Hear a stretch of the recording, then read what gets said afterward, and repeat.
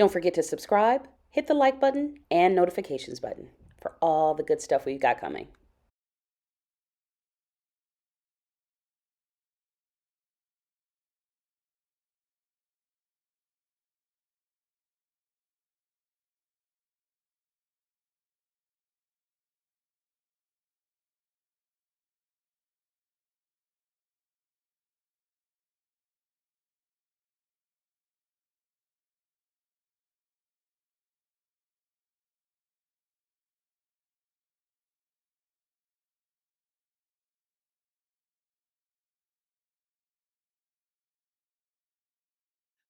What brought me to the rep?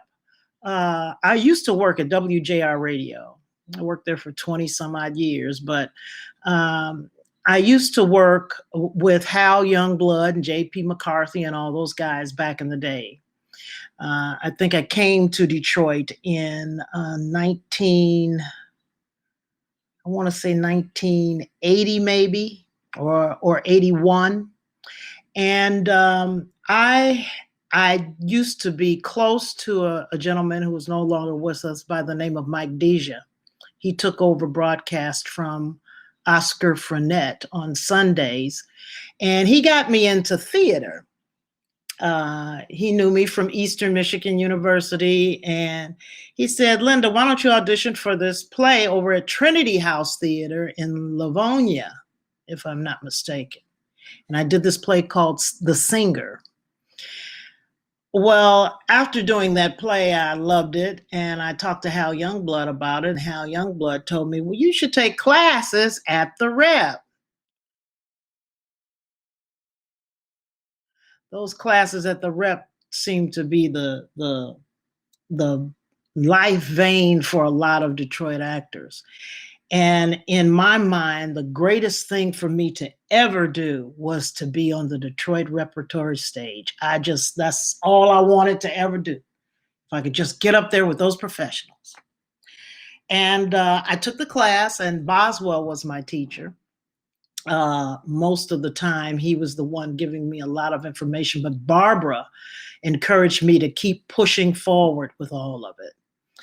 And I remember Dee and all of everyone there. And I remember taking the class, and I tried to run game on Boz, I guess. I thought I'd read the sides and thought I knew the play based on the sides. And Boz asked me a question in class the following week, and I tried to schmooze through an answer.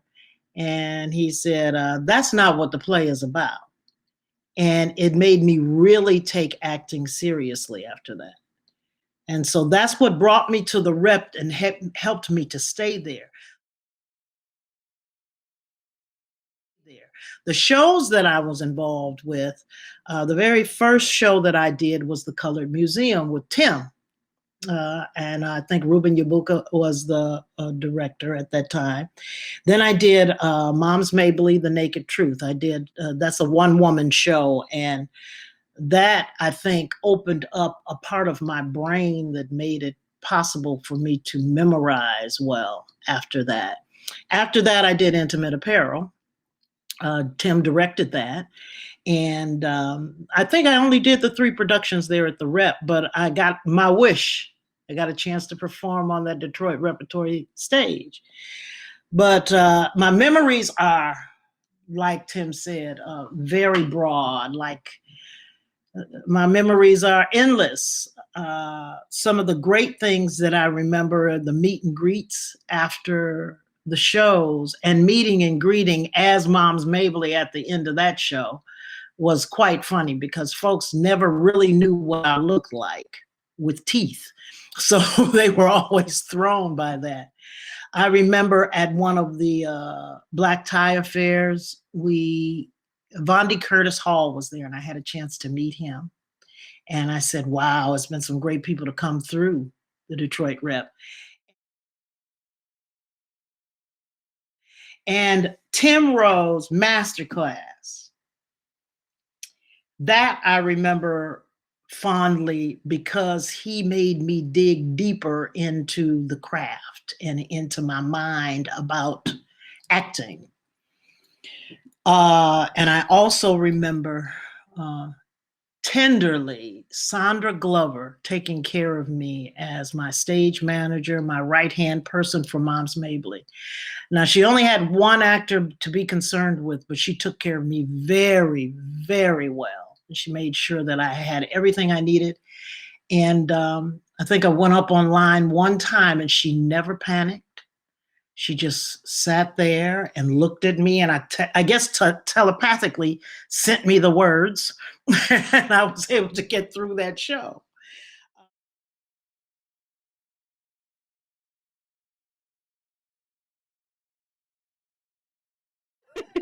Uh, Nope. I remember at that time I was caring for my mother. My mother had Alzheimer's, and I was she was in home hospice with me, and she lived many years after being diagnosed with the with Alzheimer's. But I remember being late once, and I explained to Boz why I was late, and he accepted that.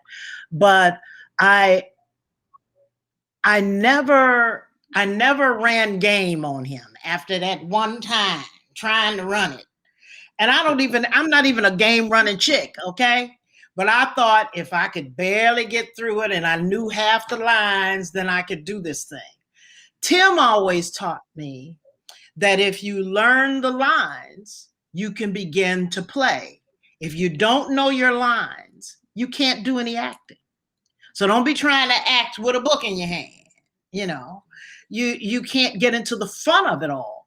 And I think today we have to make it apparent to most young novice actors that prepare yourself and study.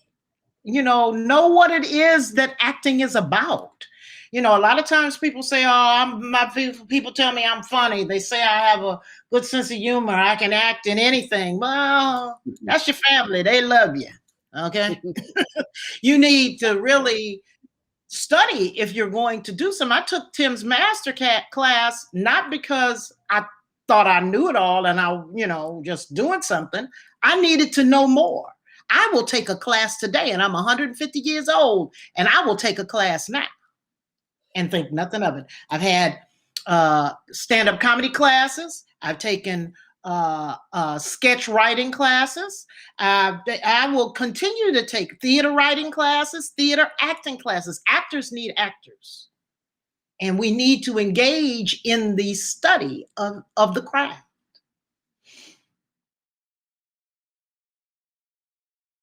Because menopause is on pause right now. COVID has Oh, done a thing with us going from city to city, doing show after show after show. Right. And the last I heard, it may not be until the end of the year, beginning of next year, before some things start opening up. And it's great that Evanston is really embracing and keeping things going. I know Yeah. that there had been some discussion with AEA and SAG about how to stream some productions. I love it all now, Tim. I don't know. Maybe I just want Yeah. all the money. But I've been doing. I did season 1 and season 2 of The Oval with Tyler Perry. Coming back out of Right. COVID Right. into quarantine with him was intense. Mm-hmm. And I mean, they were sticking things up our noses every day. And then I did a national commercial for Bud Light, "Take Me Out Firsthand. to the Ball Game." And I got a chance to pretend to play the uncle. yeah, yeah. Yeah, yeah, and that was a blessing. And then I shoot a period piece at the end of this month called Devotion. Mm-hmm. And it's I get these opportunities that I'm just going to keep on keeping on. Now, when I talk about what the rep means to me, because I felt like the rep was the foundation to anything I could ever do.